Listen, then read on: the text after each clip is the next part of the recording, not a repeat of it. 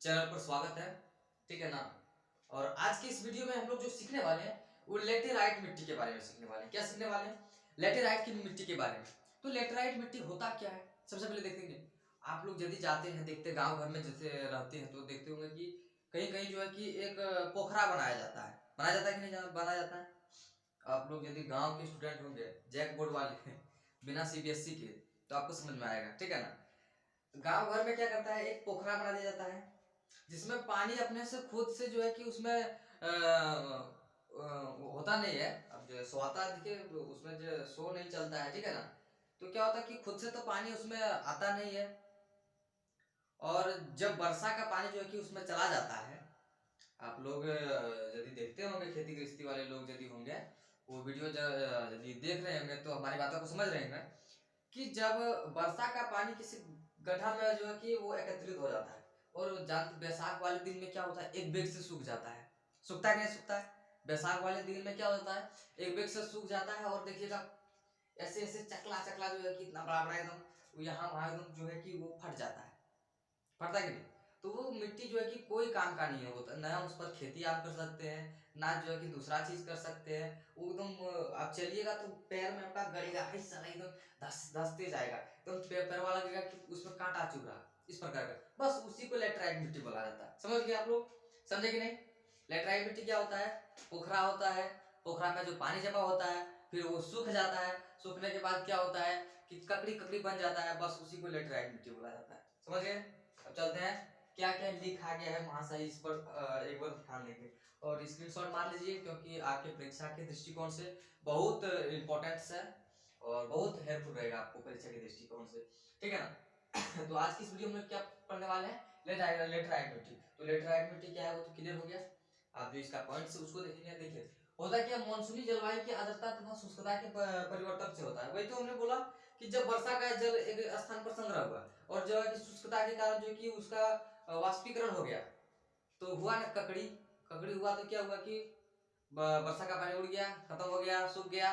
तो क्या हो गया ककड़ी हो गया। ककड़ी हो गया तो क्या हो गया लेटराइट मिट्टी हो गया। समझ गए? नेक्स्ट हो गया।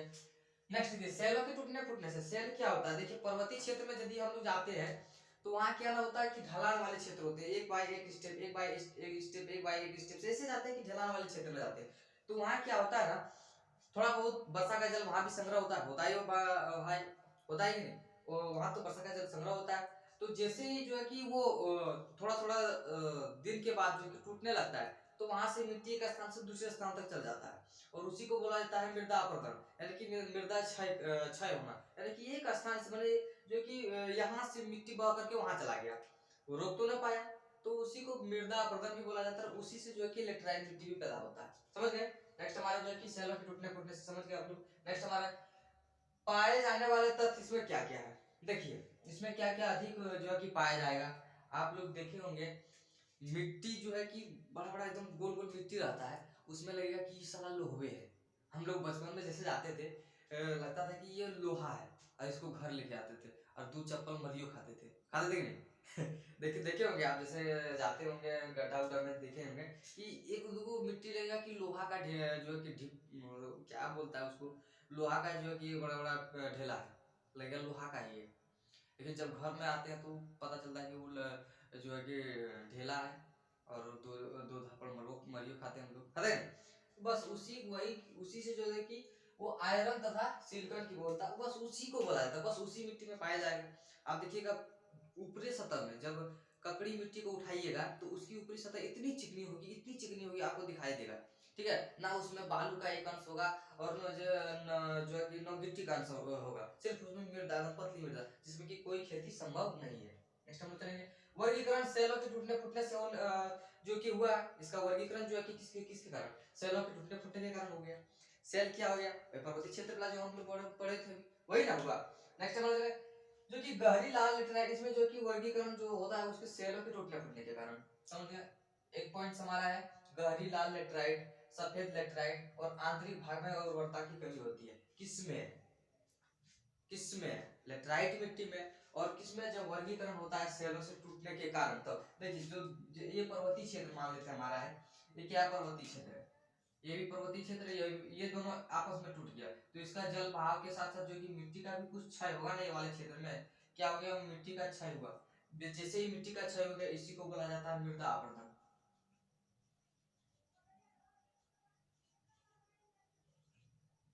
सॉरी क्या लिख रहे हैं, इसी को क्या बोला जाएगा, मृदा अपरदन। यानी कि मृदा के रोकथाम को भी हम लोग पढ़ेंगे थोड़ा देर के बाद, बस एक पॉइंट्स को पढ़ना ज्यादा जरूरी नहीं है, जो हम लोगों का जो कि परीक्षा के दृष्टिकोण से पूछा जाता है, बस उसी को फोकस करना है, ठीक है ना। देखिए गहरी लाल लेटराइट मिट्टी, सफेद लेटराइट मिट्टी, और जो कि आंतरिक भाग में उर्वरता की कमी होती है। आंतरिक भाग में जैसे आप जाते हैं, किसकी आंतरिक यानी कि आंतरिक यानी कि समझ रहे होंगे, यानी कि निचले भाग में जो है किसकी उर्वरता की कमी होती है। उर्वरता की उर्वरता क्या हो गया, उर्वरता हो गया ये जो खाद्य पदार्थ, खाद्य पदार्थ आप समझ रहे होंगे, खाद्य पदार्थ क्या होता है, खाद्य पदार्थ वो होता है जो कि फसलों को उगाने में, उसको बड़ा करने में जो कि सहायता करता है। जैसे हमारा भोजन क्या हो गया, दाल चावल रोटी सब्जी, हुआ कि नहीं, वैसे ही फसलों का क्या हो गया, उर्वरता, जो उसका दाल चावल रोटी सब्जी हो गया, समझ गए। नेक्स्ट हमारा पॉइंट क्या है, नेक्स्ट पॉइंट गहरी एवं लाल लेटराइट मिट्टी, गहरी जो है और लाल लेटराइट मिट्टी। नेक्स्ट हमारे इसमें लोहा ऑक्साइड तथा पोटेशियम, पोटास वही पोटासियम या पोटास जो बोलेंगे, उसकी बहुत अधिक मात्रा पाई जाती है। इसमें लोहे ऑक्साइड तथा पोटास की जो है कि अधिक मात्रा पाई जाती है, वही ढेला वाला है क्या, जो ढेला वाला आता है जो हम लोग मार खाए थे, ठीक है ना, बस उसी की जो पाई जाती है, और उसी को कट छट करके उसी से लोहा का भी उत्पादन होता है, आयरन का भी उत्पादन होता है।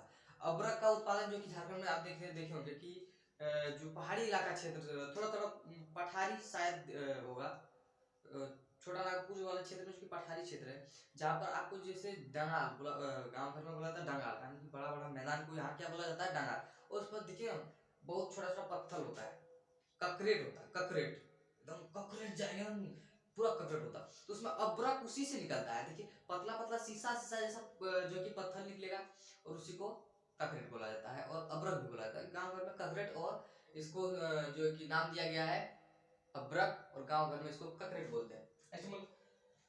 इसकी उर्वरता कम होती है, उर्वरता कम होगी ही होगी, क्योंकि यहाँ पर तो कोई ह्यूमस वगैरह, नाइट्रोजन नाइट्रोजन अधिक होती है हालांकि, लेकिन ह्यूमस ना इसमें उर्वरक और ना अन्य चीजें आ पाती है, तो क्या होगा, इसकी उर्वरता कम होगी ही होगी। नेक्स्ट हमारा जो क्या है, नेक्स्ट हमारा जो पॉइंट्स है, वो पॉइंट है क्या, पॉइंट है आंतरिक भाग में उर्वरता होती है। देखिए इससे भी थोड़ा आंतरिक जाइएगा, कितने अंदर, लगभग 15 फीट 20 फीट के अंदर जाइएगा, या फिर 7-8 फीट में, तो वहां फिर थोड़ा उर्वरक पाया जाता है, और उर्वरक पाया जाता है तो इसका क्या उपयोग होता है, अब इस वाले पार्ट में देखिए, जब थोड़ा बहुत उर्वरक पाया जाता है इसमें आंतरिक भाग में, और वो उर्वरक किस काम में आता है, इसको देखेंगे इस पार्ट में। देखिए इस पार्ट में क्या है, सफेद लेटराइट, एक लोग गहरी लेटराइट हम लोग पढ़ दिए, नेक्स्ट है कि सफेद लेटराइट। सफेद लेटराइट है क्या, देखिए सफेद लेटराइट होता है क्या, इसकी उर्वरता सबसे कम होती है, इसमें जो है कि उर्वरता जो है कि सबसे कम होती है। आपसे एग्जाम में पूछा जाए कि सफेद लेटराइट की उर्वरता क्या होती है, निम्न होती है, उच्च होती है, अधिक होती है या कम होती है, तो क्या होगा कि इसकी जो है उर्वरता वो बहुत कम होती है।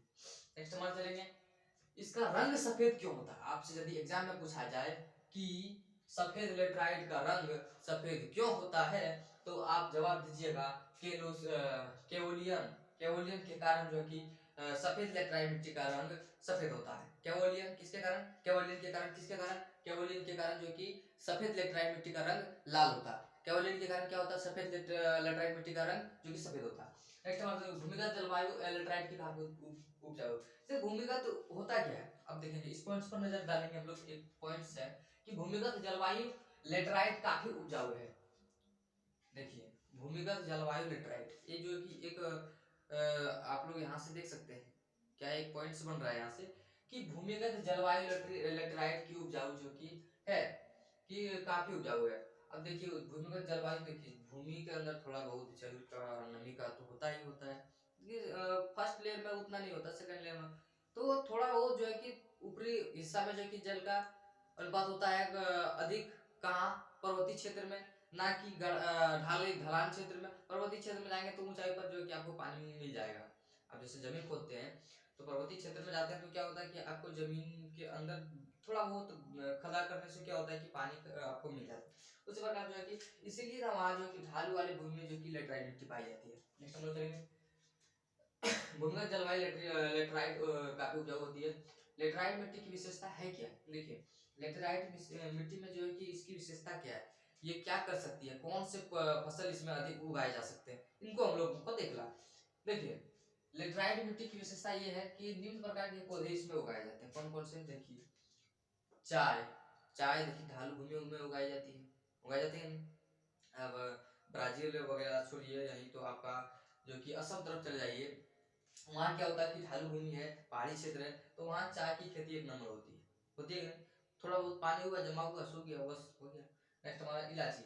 इलायची का भी जो है कि वो ढालू भूमि में हो सकता है, या फिर जो इसका जो जड़ है वो आंतरिक क्षेत्र में जाता है और वहां से अपना ऊर्जा ये प्राप्त करता है, और वहां से ये अपनी उर्वरता को जो कि बढ़ावा देती है, और जिसके कारण जो कि इसका फसल अधिक होता है। इलायची आप समझ रहे होंगे। नेक्स्ट हमारा की काजू। काजू का भी जो बड़ा बड़ा पौधा होता है, देखिए चाय का भी बड़ा पौधा होता है, इलायची का भी बड़ा पौधा होता है, काजू का जो कि उसका भी बड़ा पौधा होता है, और अनार का भी जो कि बड़ा पौधा होता है। नेक्स्ट हमारा एक और जो है कि पॉइंट्स बचा हुआ है, भारत में मृदा अपरदन तथा उसके रोकथाम पर नियंत्रण कब किया गया था? 1953 में। भारत में मृदा अपरदन के रोकथाम को लेकर के जो कि इसका नियंत्रण किया गया था 1953 ईस्वी में, जो कि केंद्रीय मृदा संरक्षण का गठन किया गया था। कब? 1953 ईस्वी में। एक बार और हम लोग इस वीडियो को देखेंगे। सबसे पहले पॉइंट्स को निर्माण हम लोग देख लिए थे। नेक्स्ट इसमें पाए जाने वाले तथ्य क्या है वो भी देख लिए। वर्गीकरण कैसे हुआ इसको भी देखे। गहरी एवं जो कि लाल लेटराइट क्या है इसको भी देखे। सफेद लेटराइट क्या है इसको भी देखे। इसमें कौन कौन से फसल अधिक पैमाने पर उगाए जाते हैं इसको भी देखें। नेक्स्ट हमारा जो है कि इसका रोकथाम का जो है कि गठन कब किया गया, यानी कि केंद्रीय मृदा संरक्षण बोर्ड का जो कि गठन किया गया था 1953 ईस्वी में, और इसी को भारत में जो कि मृदा अपरदन का रोकथाम के लिए भी इसका उपयोग किया गया था। बस इतना ही है। और आप सबको एक विशेष सूचना मैं देता हूँ। देखिए कल से जो है कि अगले आने वाले कल से जो है कि आप सबों को 15 जीके का क्वेश्चंस आपको दिया जाएगा, जिसमें से आपको करीबन 13 क्वेश्चंस को अच्छे अच्छे क्वेश्चंस को हमने छांट छांट करके लाएंगे, और उस क्वेश्चंस में से आपको 13 क्वेश्चंस का जवाब देना है। वो नाम वाले चीज हम नहीं सुनना चाहेंगे। आपको हम 15 क्वेश्चंस देंगे रोज इसी बोर्ड पर, 15 क्वेश्चंस ला करके देंगे, 15 में से 13 का जवाब होना चाहिए, तभी हम जानेंगे कि आपका तैयारी बेस्ट है, अन्यथा आप में कमी है। समझ गए? आपको हम आने वाले कल में 15 क्वेश्चंस जीके जीएस का, जो कि एमटीएस हो, सीजीएल हो, सीएचएसएल हो, जो कि बैंक हो, रेलवे हो, अदर प्लेटफॉर्म्स पे कोई भी जॉब, गवर्नमेंट जॉब का कोई भी हिस्सा हो जिसमें जीके जीएस से क्वेश्चंस पूछा जाता है, वे सारे कंडीशंस और सारे वैल्यूज को माने रखते हुए जो कि हम लोगों को 15 क्वेश्चंस का डेली प्रैक्टिस टेस्ट देना है। कब कब? लाइव भी दे सकते हैं या फिर आपको रिकॉर्डेड भी दे सकते हैं, लेकिन आपको जो है कि अपने मन में 15 में से 13 क्वेश्चंस को टिक करके आना है, और अधिक से अधिक पढ़िए, ठीक है ना? मेरा तो यही काम है, आप सबों को मोटिवेट करना, और खुद भी मोटिवेट मैं होऊंगा, और मैं भी अपना पढ़ाई निरंतर करता रहूंगा, ठीक है? थैंक्स फॉर वॉचिंग दोस्तों। और स्टूडेंट्स, हमारे जो सीनियर है, हमारे जो जूनियर है, सबको थैंक यू। मिलते हैं अगली क्लास में, तब तक के लिए जय हिंद, जय भारत।